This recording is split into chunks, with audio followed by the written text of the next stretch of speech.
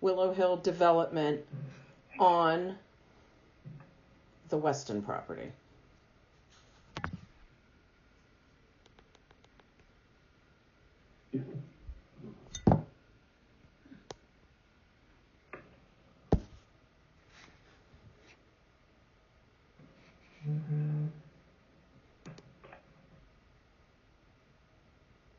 I don't want my microphone.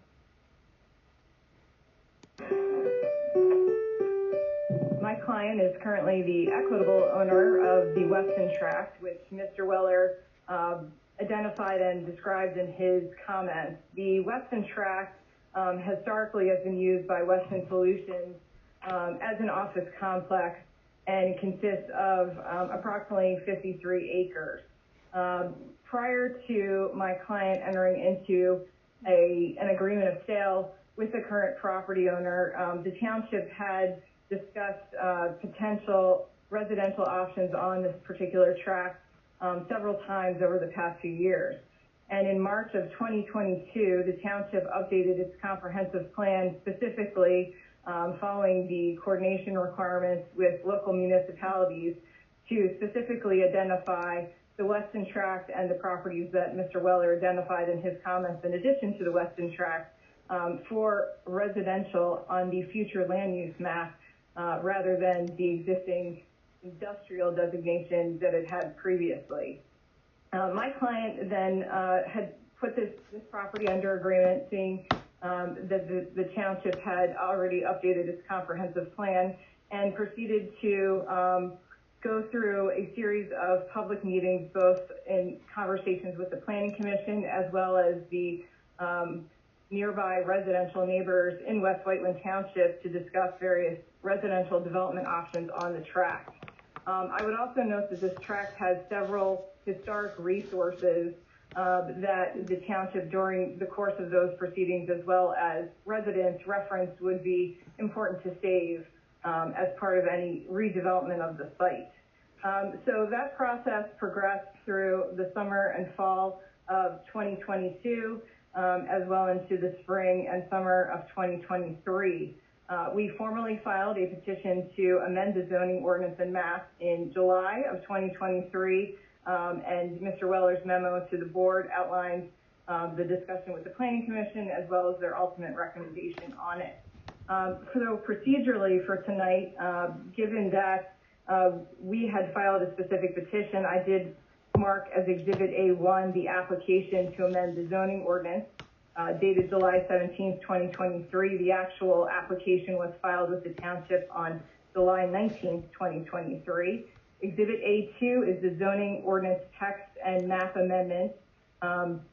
Exhibit A3 is an affidavit of posting dated October 5th, 2023. And Exhibit A4 is an affidavit of posting dated October 18th, 2023.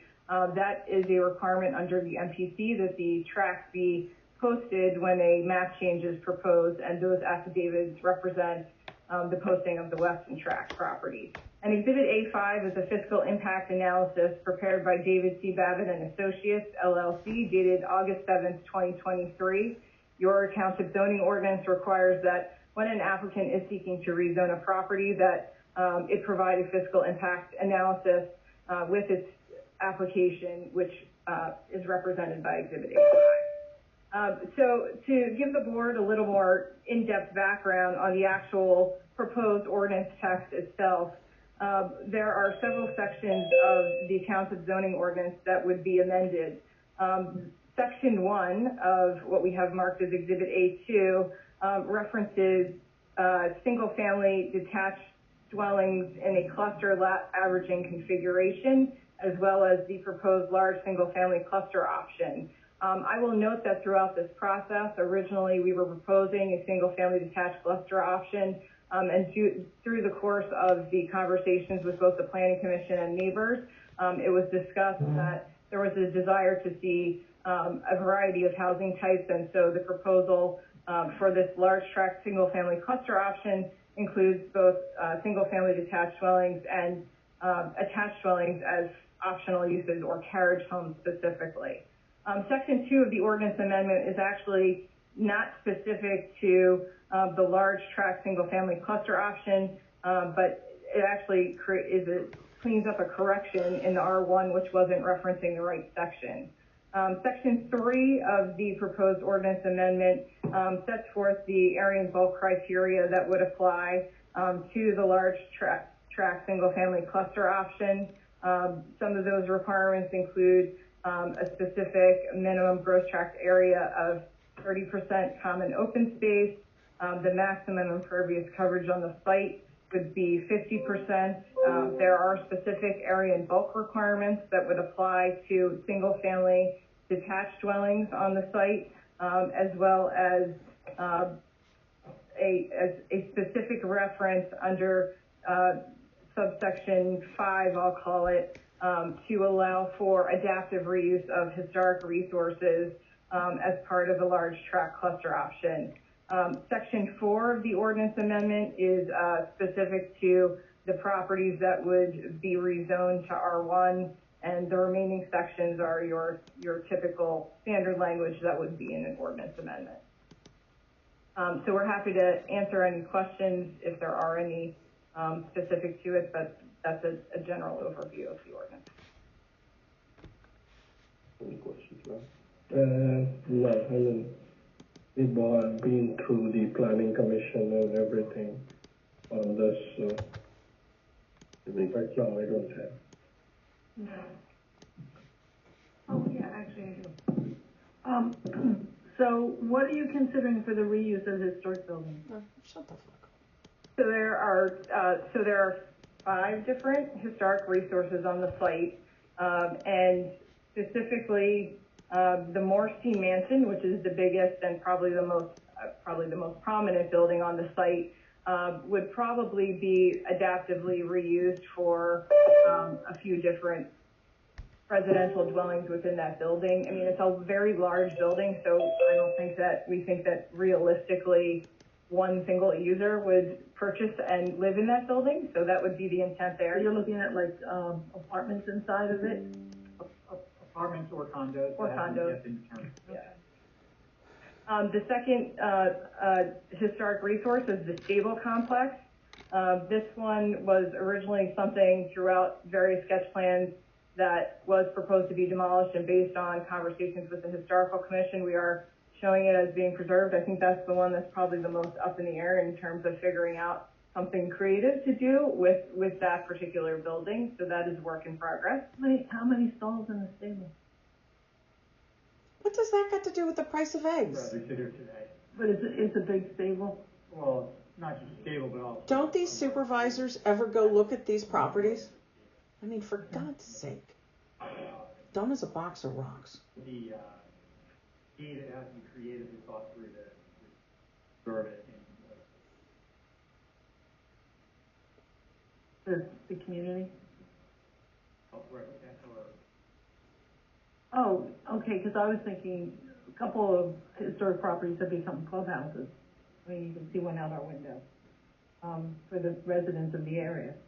Is that it's too big for that? I'm not sure. Teresa, they do not have any specific plan for the historic buildings for reusing. Yeah, and then the third one is the Whiteman House that would be retained as a single-family dwelling on its own lot. The fourth one is the Morstein Gatehouse, which also would be retained and reused as a dwelling. And then the last one is the Morstein Station, which again, just like the stables, that's something that we have to further work through to figure out exactly what it will be used for. But it will be retained. Thank you. Any other questions? No. Good. Any questions, Teresa? No. Okay. Can we move to It's public comment? Yep. Yeah. I see someone with their hand up, Mark. Do you want to make Brian tell them that we start with township residents first?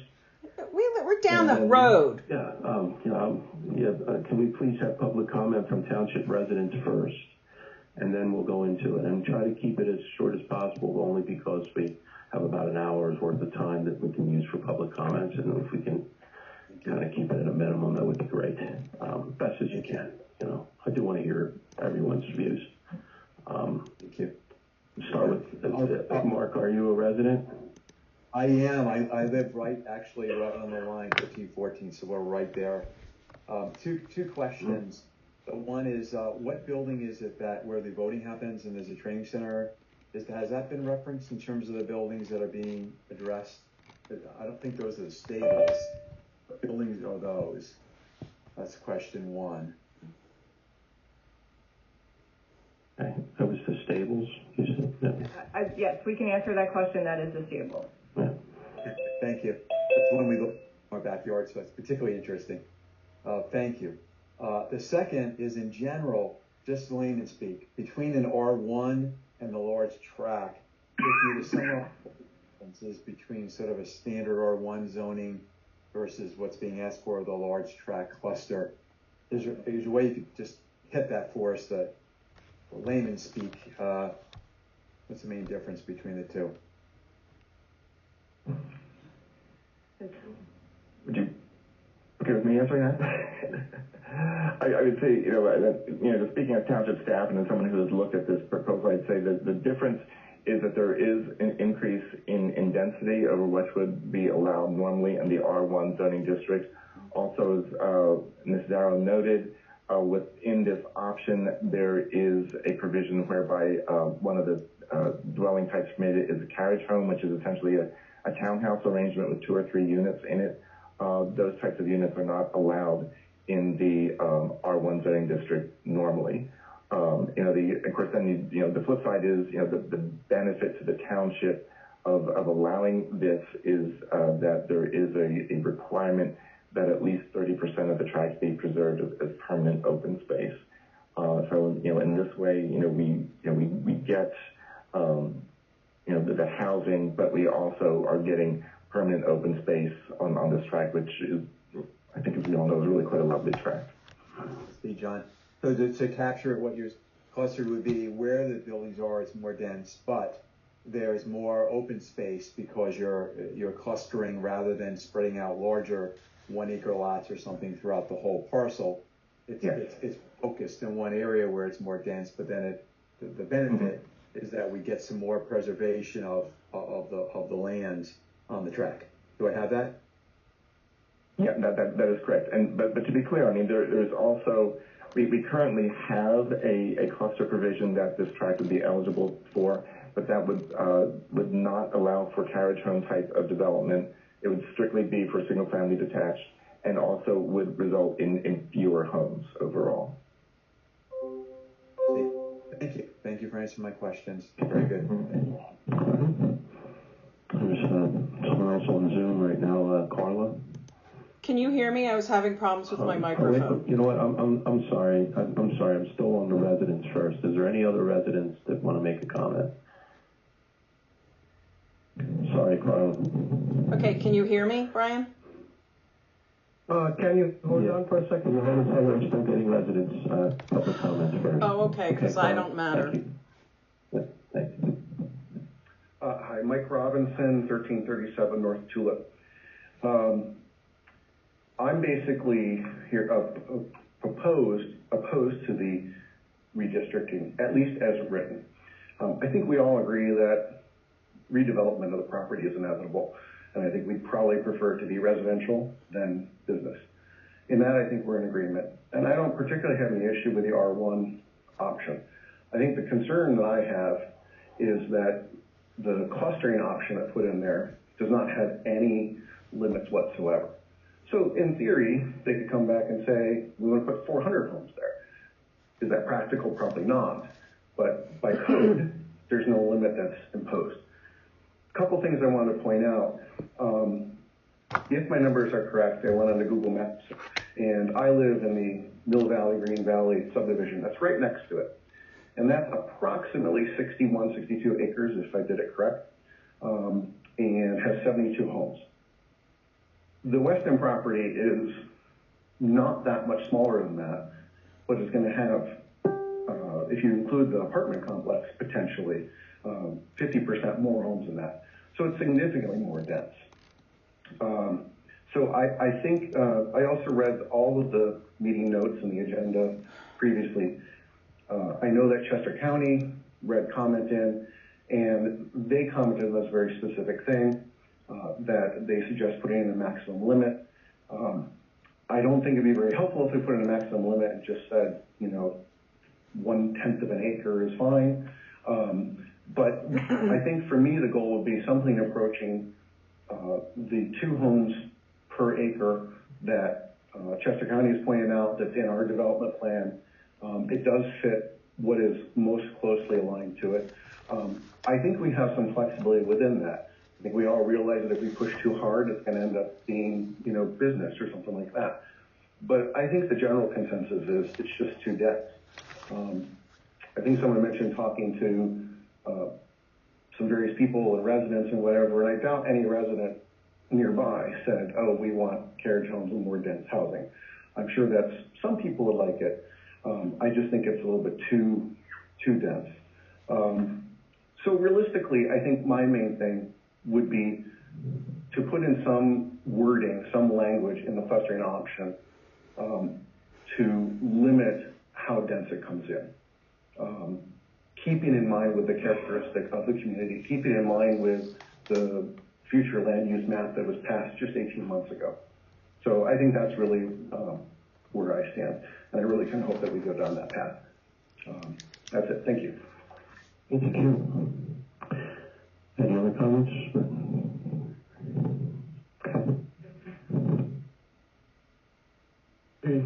Do you want to state your names and addresses for the meeting to agree upon so that they have it on record?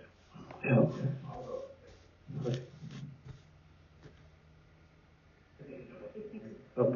I think I'm Mike Russell, 1323 North Tulip, same neighborhood. At the risk of being redundant, I would just say I agree completely with what was just said.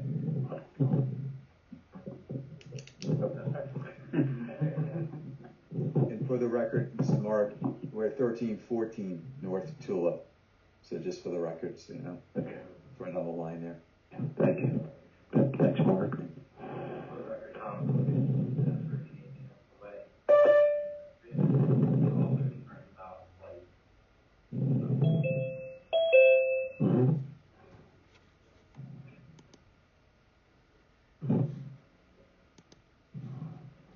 Okay. Thank you. Yes.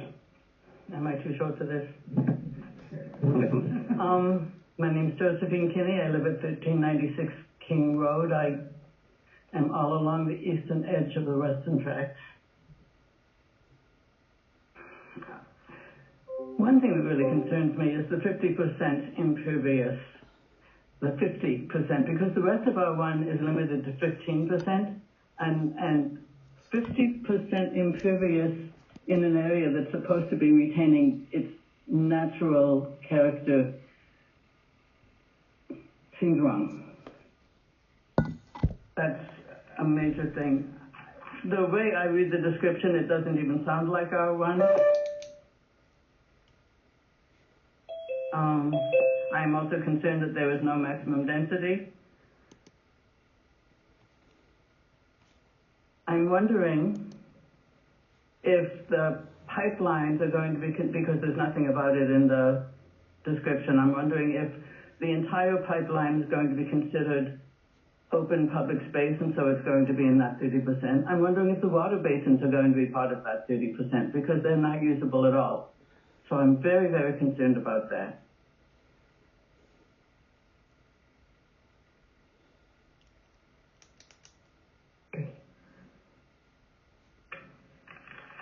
Good points. So as I was reading it, I understood that the planning commission said, okay, it has to be R1, and so the applicant said, okay, well, we'll design what we want to do and describe it as R1. The story that came to mind was I had a friend who moved into an apartment complex. She had a cat. She'd had a cat for 10 years. She loved her cat. She was only allowed to have a goldfish in this apartment complex. She renamed her cat Goldfish. So this complies, if, you know, this tract will comply if you turn R1 into something it isn't. But that is my concern since I live right next door and all of my land is right next door. Okay, thank you. Okay, just coming up, Mike.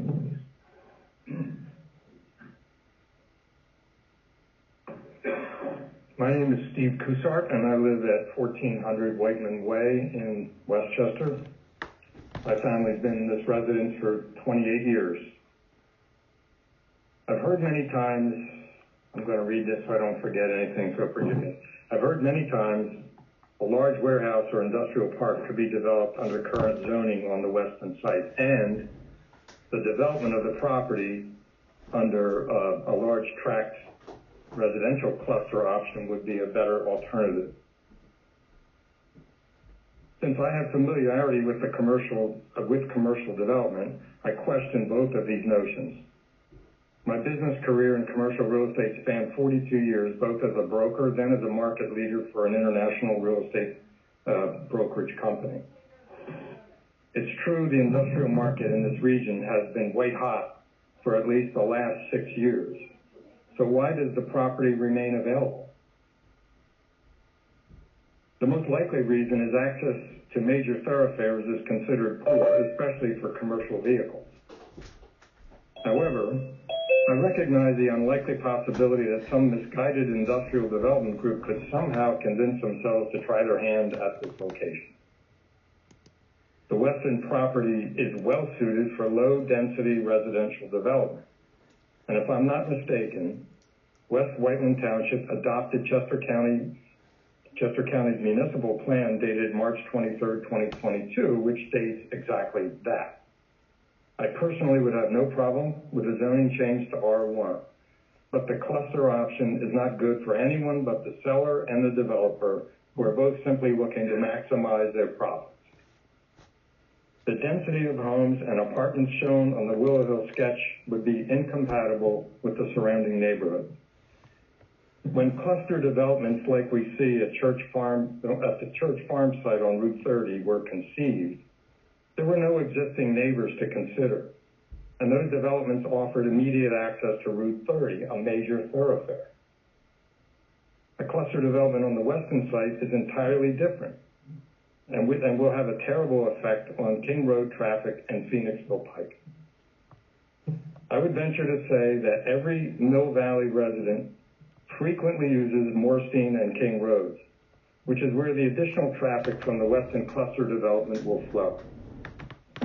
I can personally attest to the fact that King Road at Ravine Road intersection is very dangerous as it now exists, as I had a traffic accident there myself within the past year. Why does the Township Planning Commission feel the need to allow this cluster development? I wish I knew. To create reasonably priced homes or maintenance-free homes? Either way, the proposed zoning changes would accommodate people who do not already live in the township, while driving people like me away. I respectfully ask the Board of Supervisors to allow the zoning change to low-density R1 and nothing further. Thank you. Thank you. Thank you. Good evening. My name is Ned Conway. I'm a resident, 1305 North Tulip. I've lived there for over 19 years. Thank you for giving me an opportunity to speak. I'm not opposed to a zoning change, but I do support something that would be consistent with the lower density growth, something that puts less stress on the school system, first responders, and also the roads.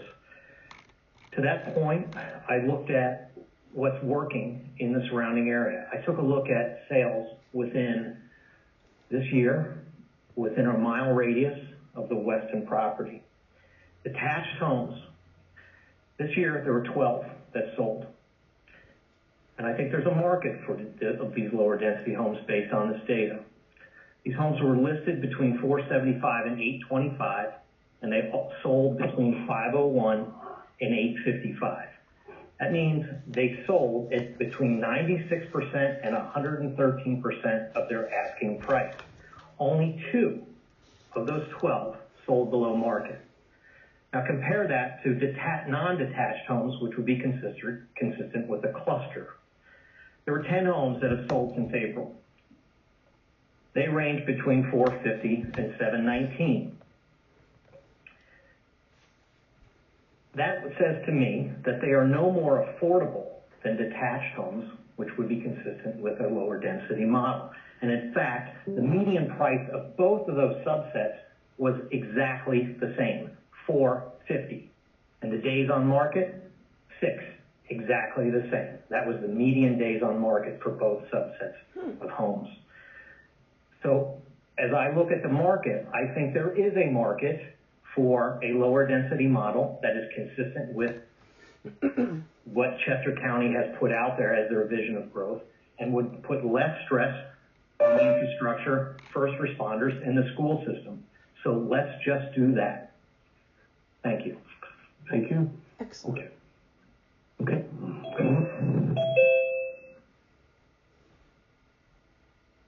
Hey there, Andrew Gray, a resident of Mill Valley as well, 1311 South Tulip Drive, Westchester. I appreciated hearing from Ms. Zaro. The one thing that I feel like I haven't heard in this process is what residents and the community is gaining. And I'm a little bit worried about a decision being made where the pure and single gain is of a single entity, that being the developer and or the seller. I know there's a lot of terminology out there. I'm no expert, but when I read the R1 terminology, I see phrases such as for continued low density single family residential development compatible with established use patterns. I see protect existing patterns of development and to encourage the compatible development of vacant land for similar types of development. That stands in stark contrast to everything I see, and I know they are proposed plans. It stands in stark contrast to the clustering amendment and the text amendment to create the additional clustering option. To bring new perspectives, since I know people have discussed traffic roads, things like that, I don't see a benefit gained from this development to residents. I understand that development, as others have said, is inevitable, and a natural change to R1 seems to make sense. But the additional measures and the additional provisions and exemptions and things like that being made don't seem to provide any benefit to the community. I know boards and commissions like yours are kind of here to protect and think about the interests of the community, and I don't necessarily see a benefit and instead see negatives. I understand there's like a 30% potential preservation of open space. That I don't think outweighs the significant, major, and extreme, burden that this will place on, as discussed, people like roads. There's historic bridges on Moorstein. To give you a sort of, practical, tactical example, my house, end of the driveway is the bus stop. That's where all the kids come. As you guys know, the community is right now suffering a severe shortage of bus drivers. Every day we go out, we don't know who's going to be driving our kids to school. We don't know when the bus is coming. We don't know how many other kids are being loaded onto the bus. My son came home to me the other day. He was shoved into the aisle because the bus was so crowded. Things like these real, actual impacts, I don't think are being discussed and being thought about when we think about shoving a bunch of other homes into the area. Again, the R1 zoning provides for the ability to build additional homes if that's the desire, but the additional, I think, exemptions, clustering, I don't think takes into account the impact that'll be given to the community. And I would really love to hear from or have the board consider what is being gained and desire and motive and intent for this additional development. That's all. Thank you. Anyone else? Joanne. Joanne Kelton, 221 Brecknock Terrace. I live in a townhouse community. And she's running for supervisor. I've been around the township for the last few months talking to residents. most of the residents are very happy, I should report, with the township the way it is. There are only two issues that come up again and again. And the main one is that the residents that I've talked to feel as though the township is saturated with townhouses. The most recent developments along 30 is mostly what people point to. Yep. I think the benefit to the township of developing this particular tract would be if it were kept with the original R1 zoning, because then you could have smaller single-family homes on smaller pieces of land, because nobody wants to spend their whole weekends mowing lawn anymore. That's not necessarily people still true. like single-family homes, and that way we could keep a lot of the mature trees that are there. It's a beautiful tract, and it would be great if we could keep those. The other thing is, if the 5 historic properties were sold as individual lots, then the developer doesn't have to have an increase in density to pay to refurbish those buildings. That happens all the time, and I think it would be advisable to do it here as well. It's happened throughout West Whiteland. I think of Evian as comes to mind at first. It's a very pretty stone house, and it's right at the opening to Evian, and then townhouses were built behind it. In this case, the 5 properties could be sectioned off, sold individually, and then smaller density single-family homes. Thanks. Thank you. Anyone else? Okay.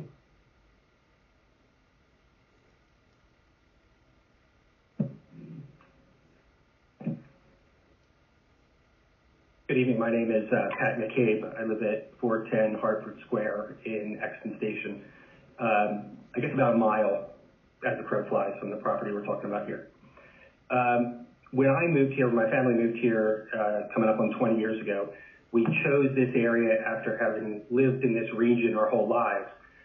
We chose this area specifically for the character of the community. Yep. And when I moved here, I was moving into a property that had been developed long before I lived here. But I'm not blind to the fact that every time you buy a property, it is developed from a prior use. So I realized that in that sense, my original purchase was part of the problem, if you will. But I think that's true in every part of the world where things are being developed, and everyone has an understanding that development might continue. But I think they all have a sense that the character of the place that they're purchasing into won't be drastically changed, right? They expect that 10, 20 years from now, what they're living around is going to be similar to what they're buying into at the moment. And the one thing that I can tell you has changed drastically here, certainly the folks in this room are well aware of it, is the volume of open space around here. And if you live where I live, we really feel like we are under assault with development. Yep. And I think that's important for the folks in this room to understand that it really feels like every last little stitch of unencumbered, undeveloped land is being eaten up, right? And as we see these projects happening, over time, some of us have sort of plugged in on the issue, and we've asked, what's going on? When is this going to stop, right?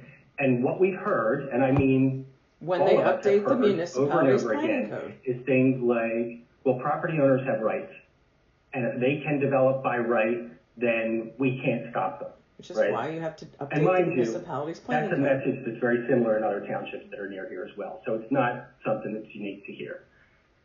But here we have a situation where we're not talking about what the property owner can do by right. We're talking about a property owner who's asking to do more. And they're asking to do more because they want to make more money. They're not asking to do more because they want to benefit the people who live here currently. They're not asking to do more because they want to make it easier on the police. They're not asking to do more because they want to make it easier on trash collection or picking up children by the school bus or any of that. They're asking to do more because they want to make more money. I get it, they're business people, it makes perfect sense. My question is, why is the township so willing, so excited, as it would seem?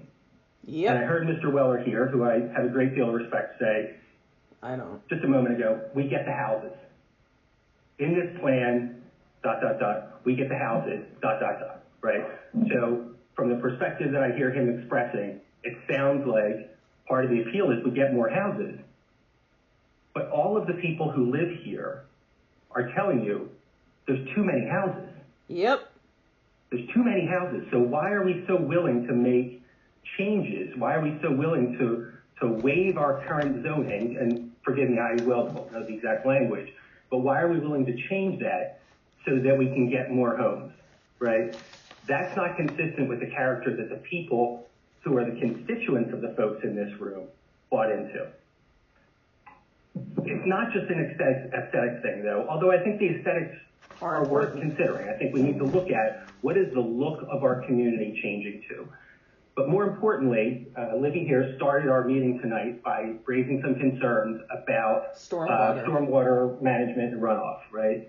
We absolutely know that this area is getting more, forgive the vernacular, floody than it was in the past, right? And many of us can tell stories about what that looks like at and around our homes, practically speaking. The space that we're talking about, the actual land, it's hard to see on these plots. We don't talk about the fact that it's mostly forested. By definition, that is the most absorptive surface out there. So we're taking an area that is the most absorptive for rainwater and runoff, et cetera, and we're going to replace it with plastic and asphalt and concrete. Yep. And I'm just not sure how that doesn't get us to a much worse place. Now, when Libby's home was developed 60 years ago, we can assume that maybe they didn't know so much. But here we stand and we see the flooding. It happens right there. We close down our roads right there. We have more water rescues in the last 2 years than I think in the history of the police department, if I'm not mistaken. Yep. So we know what these problems look like, yet we're going to continue them or we're going to chase right after them. We talked a little bit about the idea of the open space, and I too share the concern about whether the open space that we're seeing plotted here is predominantly pipeline right-of-way and stormwater facilities. Because if indeed they are, or even if they that's not real open significant space portion of it, what that means is that we can't plant there. You can't replace the trees that you're taking down with more trees. So we absolutely will lose, the net value of that property's ability to be a stormwater solution is absolutely getting obliterated. There's just no way around that whatsoever. We talked a little bit about, and again, this is common in this area that, you can't swing a cat without hitting an historic structure. So we talk about historic structures, and it is very nice to look across the road here and see an adaptive reuse success story, a historic structure success story, but no further away is the building that's at the back of the extra Nissan dealership right here. Really ugly. And if you look at that from the side of Aldi, you'll see that it's falling apart. So it was saved, it was moved, the dealership was allowed to go in there, but now this historic structure is absolutely going to waste, and it's certainly not the only one that we're aware of in the township or beyond. So I joined what seems like a growing chorus here in saying that I respectfully request that you give this deep and serious consideration before you make it any easier for a developer to increase any density there. I think from what I'm learning tonight that low density R1 sounds like a better use of this project, this property. And I asked the supervisors, and I thank you all for your work. By the way, I served a little bit too long as the board president of an HOA, so I get the idea of a thankless job. So I thank you for what you do, and I'm challenging you to take this opportunity and create a low density model that is really truly a model for how you develop these last little slips of what I'm sure are still considered infill at this size. And adaptive reuse of the actual buildings and the spaces around them, such that people from out here can 20 years from now look at the West Whiteland model and say, yes, this is the way to do it. They did it right here. Because what we're looking at, what is being suggested tonight, 20 years, no one's going to look at this and say it was a great idea. 30 years, no one's going to look at it. 50, 100 years, no one's going to say, wow, West Whiteland supervisors really hit it out of the park with that project. I'm asking you to think outside the box here on this rare opportunity where you have zoning supporting a more conservative use of the property. And last word, I also share the idea that, listen, if we're afraid of this becoming a commercial whatever, why hasn't it already? All these years of the hottest market in 20, 30 years, no one has jumped at it. They want it for residential for a reason. And this is the community's opportunity to constrain what happens there. Thank you again for your time. Thank you. Thank you. Anyone else? Resident? Anyone online? Okay. I guess we can go to Carla. Can you hear me now, Brian? Is my microphone working? I can. Okay. Good evening. My name is Carla Mudry, and I live down King Road from the proposed Weston development site in East Whiteland on Tom's Circle. We are not second-class citizens. We will be directly impacted by this. This is a rare situation under the municipality's planning code where you as supervisors have the legitimate ability to say no or pause a zoning change. And I honestly think you should, at least for the time being, the way this is currently written. Zoning doesn't happen in a vacuum. The plan is still too dense, and the comments from even the County Planning Commission indicate that this is not yet ready for prime time. It's great the developer sees the wisdom in preservation and adaptive reuse of historic structures on the property, but that's not the only carrot here that needs to be paid attention to by the rabbits. You have a property with a natural landscapes designation here. Also, water resources. This is part of the West Valley Creek subbasin of the Brandywine Creek watershed. Then there is the pesky issue of a 100-year floodplain, and since I live in the area, I can tell you how often it floods, and East Whiteland can verify the water that comes down King Road from the west and overwhelms our storm drains. We have no desire in East Whiteland to be the stormwater management plan for a West Whiteland development or bear any more of the traffic burden. For everything that happens west of us, nobody ever takes us into consideration, and that needs to stop with this plan and going forward. As you know, this 100-year floodplain issue is something the county, state, and FEMA will have issues with, and it's a little cart before the horse, in my opinion, for anything to happen, let alone a zoning change, until the developer has had conversations with all of the above. And when you're talking about the natural landscapes, has anyone checked for endangered species? And pipelines do indeed run through here. Thanks to West Whiteland and East Goshen, all of us around here live in a blast zone of other municipalities, and the emergency plans with running a half a mile uphill holding your breath is kind of insufficient. And we don't get very much in the way of notifications in the event of an emergency because we're not in your township.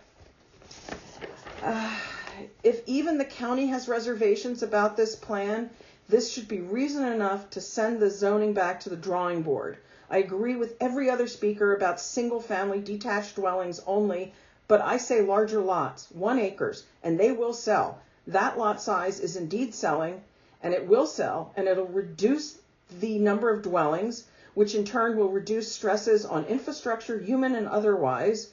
It will help your overburdened Westchester area school district. Traffic is already a nightmare, and West Whiteland has super density in new construction going from the laborers on 30 down to Church Farms border and both sides of Ship Road up and down, and you can't even fix the stop signs yet at Ship and King. And by the way, whatever develops here, you need a traffic signal, and that can be a condition of approval. They did it with all the building in Conshohocken, and they had the developers kick in for the traffic signals and everything else. I'm passionate about this because this is literally going to affect our way of life. And some of you like to say how all of this development is good for business, but is it? That is truly debatable, and there is a quality of life issue to be considered. Perhaps some on your board aren't bothered by high density because they live in it, but 2/3 of your board of supervisors doesn't live in high density neighborhoods. So would you want 100 or better houses affecting your everyday existence? I don't think so. please hit pause for now. Rework your zoning amendment and include East Whiteland officials in the mix so their residents have a voice, because you're not just making a little change on paper, you are potentially affecting a lot of people. My final comment is my concern is not ever for any developer's profit margins, because they take their money and move on to the other projects, leaving those of us who were here first holding the bag.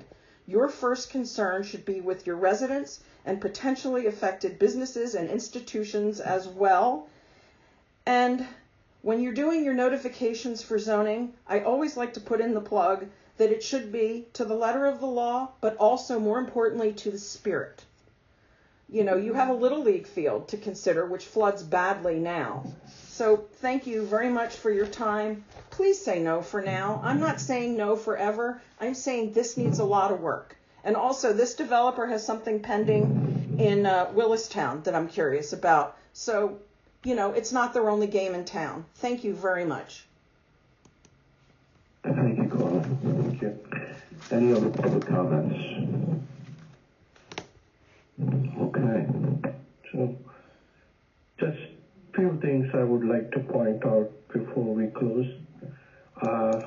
Any new development that happens in West Whiteland, we make sure the stormwater is contained within the development. It is not going to affect something nearby. That we make sure of. No, you don't. When we call about open space in the West Whiteland Township, we have open space of over 20% open space permanently reserved in our township. We also, if we include some of the development and the non-other open spaces, we are close to 27%. So it's not like we take open space lightly here. This is a man who lives in one of the most densely populated developments. And thank you for all your comments, and we will decide on this. There's one more comment online. And one more comment online. Yep. I think it was the original person. Yeah, sorry. It's Jess. Sorry. Is it okay to go now? A non-resident can make a public comment? Yeah. Okay, it's Jill Mattia again. My comment is directly for the supervisors that have the responsibility to make good decisions for the township as a whole. I'd like y'all to take your time to consider all of the comments. Take the time to review transcripts from this meeting. You've heard what the public had to say. Perhaps the changes proposed to the R1 zoning is too dramatic. You can say no now, but consider more appropriate revisions to the code in the future. Thank you. Thank you. Thank you. Thank you. Okay, I think that concludes our public comments. I guess we can make a motion to close.